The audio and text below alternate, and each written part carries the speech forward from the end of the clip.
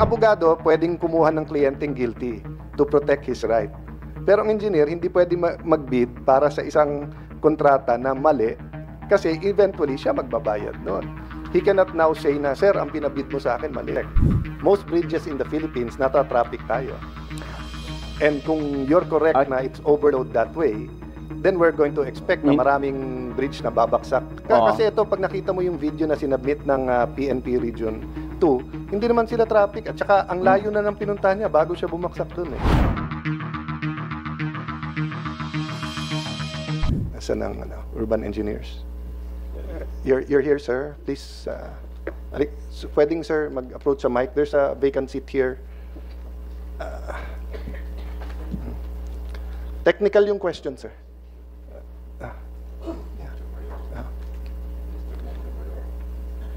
Tama, sir, Mr. Montemayor. I'm representing Engineer Amber Montemayor, but I am Engineer Randa Magbinales. Okay. Sir, urban engineers ang gumawa ng report. Yes, sir. So, yung what is very clear, and of course, the engineers will understand. Wala sa report yung why. Why this 935 failures? So, why nag-fail? Is it design? Is it construction? No, it is because of the change using the latest bridge code standards. So, dun sa investigation na ginawa namin, lumabas talaga yung mga... Sir, the latest code standards were for seismic na tinaas nila yung standard for seismic. That is correct. Oh, kinuha kayo not because of the code na may seismic but because ang dami nang nakitang mali. Yes, sir. And then nandun din yung don't let me go into it na kung ano yung bottom cord, plain round bar, tension cables. Ito, strut main, fail, slenderness. Hindi dahil sa seismic yan. Okay. Because of when we did the evaluation for the as-built condition of that bridge, due to the reported longitudinal displacement of the entire bridge, especially at pier number 8, as already being discussed, with that induced displacement, so there would be some induced stresses due to that movement. To be fair to you, no, yes, nagka-earthquake ng April 2022, I guess. Yes, 2022. Pero yung mga July pala. defects nakita na ng 2018 to 2020, so even before the earthquake. Yes, so sir. yung defects before the earthquake, hindi mo pwedeng sasabihin kasi future pa yun eh. Hindi naman po. Ang naano ko lang po yung I'm just being fair to you na meron ngang earthquake na nangyari. Yeah. So your review was on two things, 'di ba, or three things. One is that yung bridge code was upgraded. That's correct. So nag-iba yung specs, and then there was an actual earthquake. And I saw sa Green Hills isang siklista na sinasabi malambot talaga yun, nagbabike nga daw sila dun sa bed, di ba?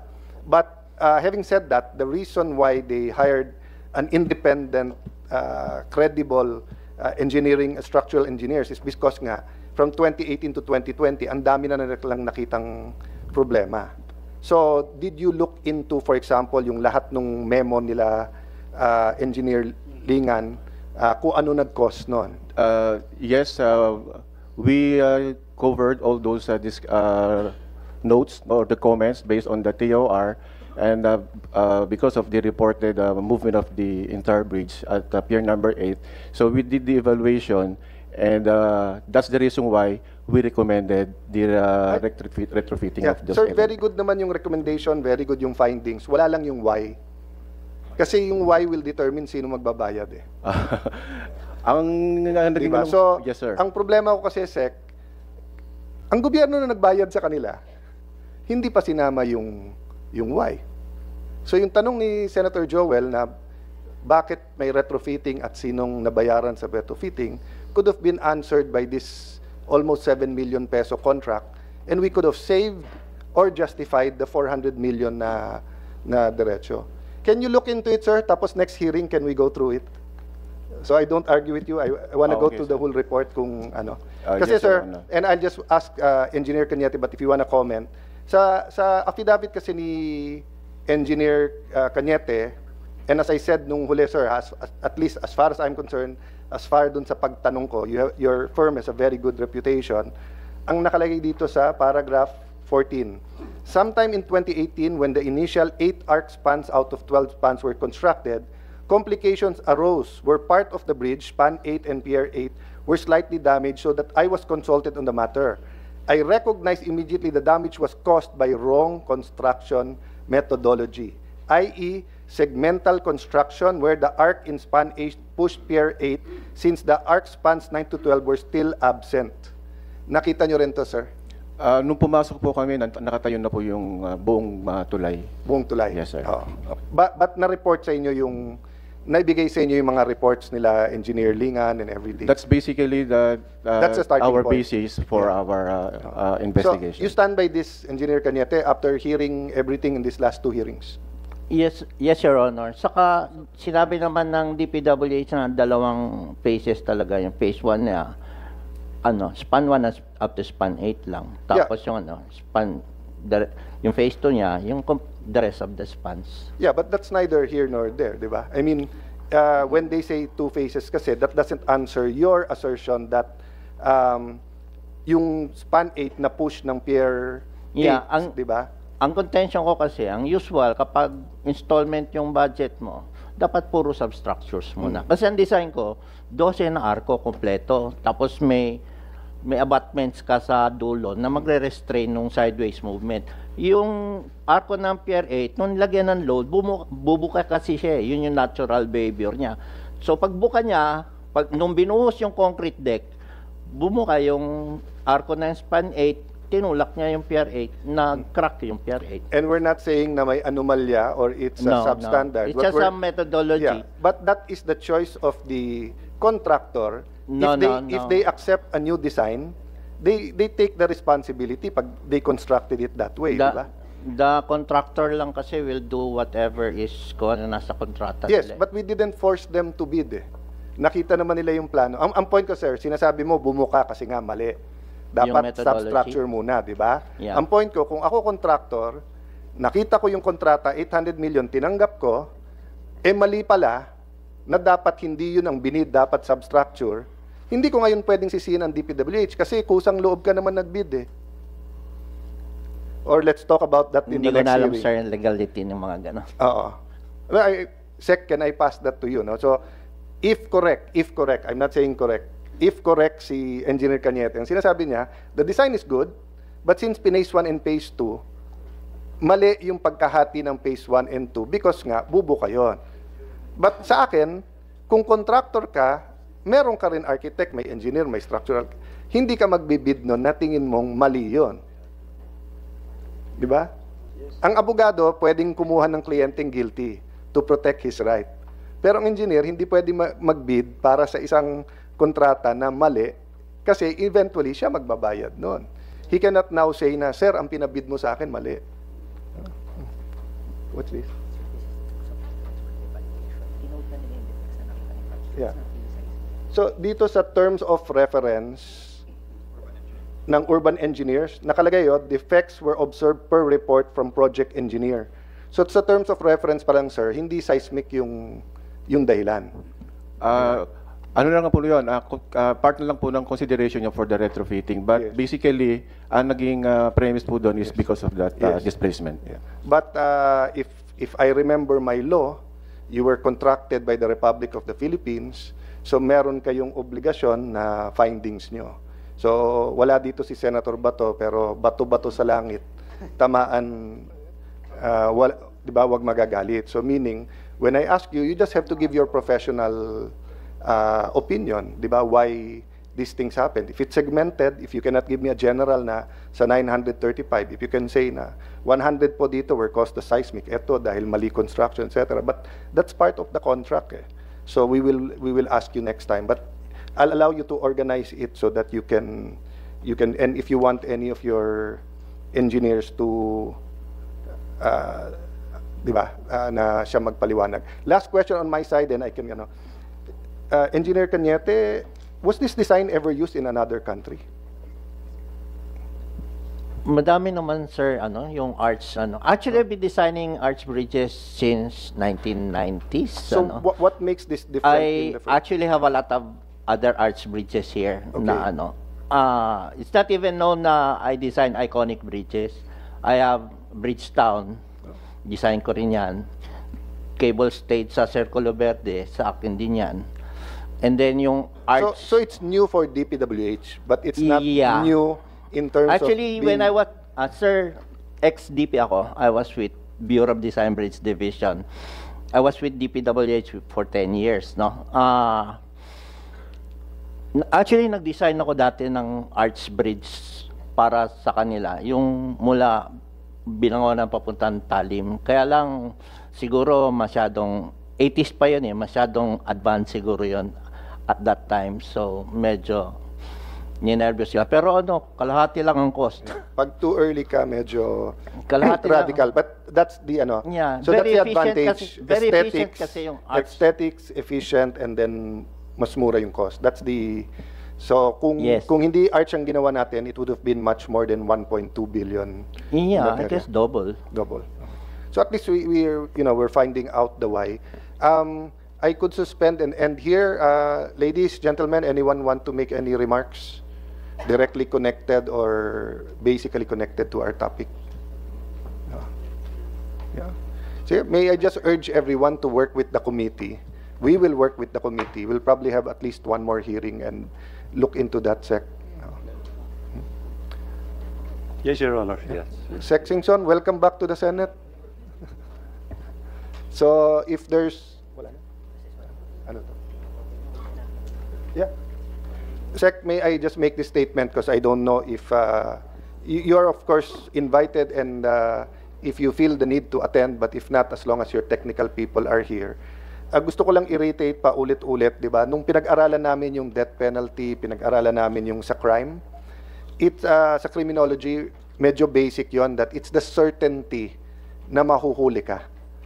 So, ibig sabihin mo yung fine is 50 million and life sentence or death penalty, pero walang nakukulong at walang nafa-fine, mas mabigat pa yung 25,000 fine and kulong 1 year pero maraming nakukulong ng 1 year. So, if I was with Dr. Alvin Ang yesterday, a economist I respect, yung incentive disincentive works eh. 'Di ba? So meaning yung contractor na magaling gumawa at okay yung kita, siya ang parating nare-reward ng more contracts. Pero yung napaparusahan dahil mali yung gawa ay deterrent din naman sa magagaling na gumawa ng palpak. So in other words, if babaliktarin natin, kung yung nandadaya o malaki ang margin or taking advantage of the Republic of the Philippines, sila nang sila, and then hindi mapaparusahan, ganun ang magiging quality ng contractors natin. Kasi yung gumagawa ng mabuti, magpa-private na lang sila dahil sabihin na, sir, 10% na nga lang eh. Pag na-fine pa kami, or na-hold pa yan, or na-delay yung turnover, sa interest pa lang sa bangko, talo na. Pero yung mga tumitira ng 30-40%, walang pakialam kasi tuloy-tuloy, no? So I'm not saying at this point in time that kasalanan ng contractor, but I'm saying the evidence is there, bumaksak eh. So meron at meron may kasalanan na nito. So Sec, I hope that April 25 will be not a submission date, but a date where the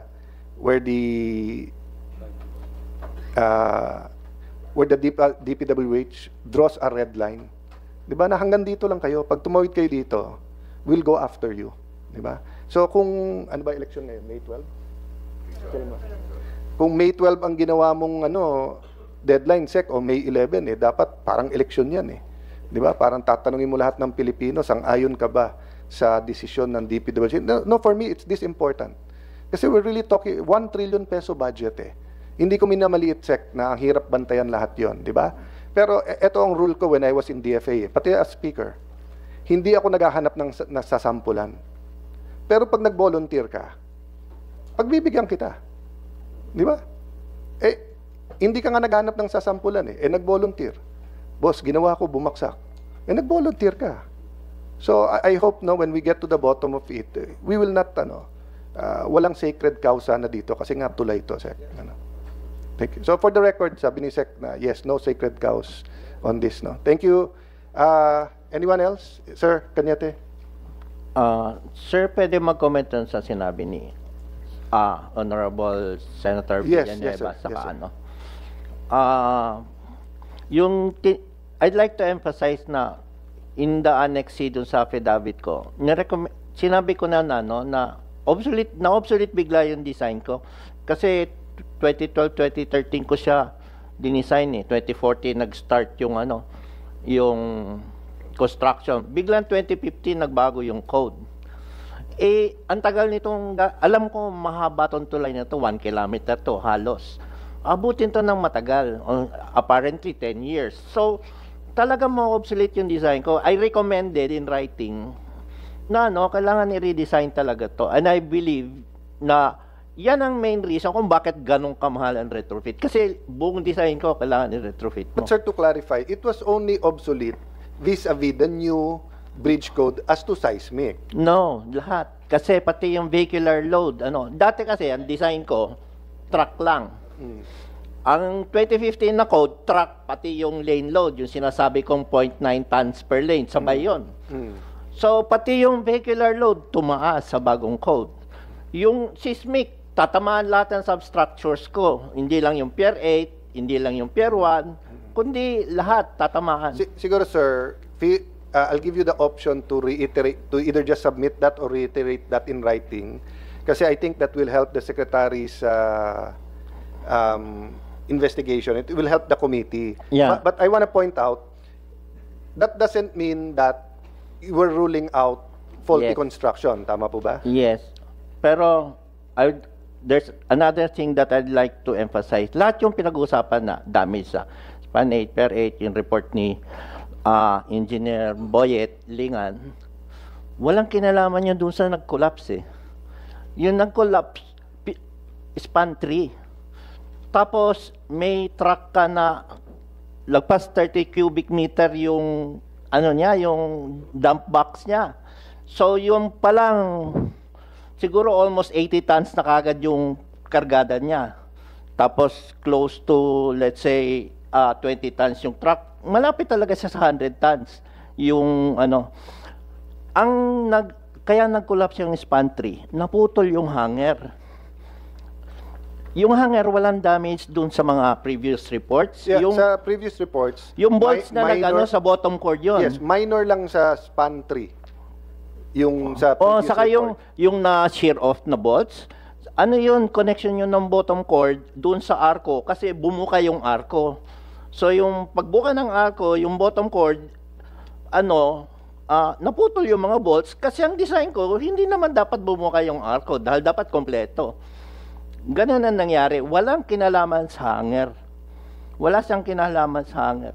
So, I'm very confident na kapag forensic investigation to, overloading talaga kasi yung weight ng axle load, yung axle na katapat ng hanger, is already 4 times ng ginagamit namin sa design.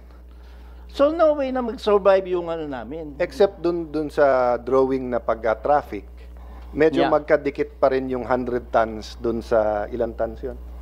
Kasi sir, Yes. I mean, you may be correct, but that's why I'm concerned if you are correct.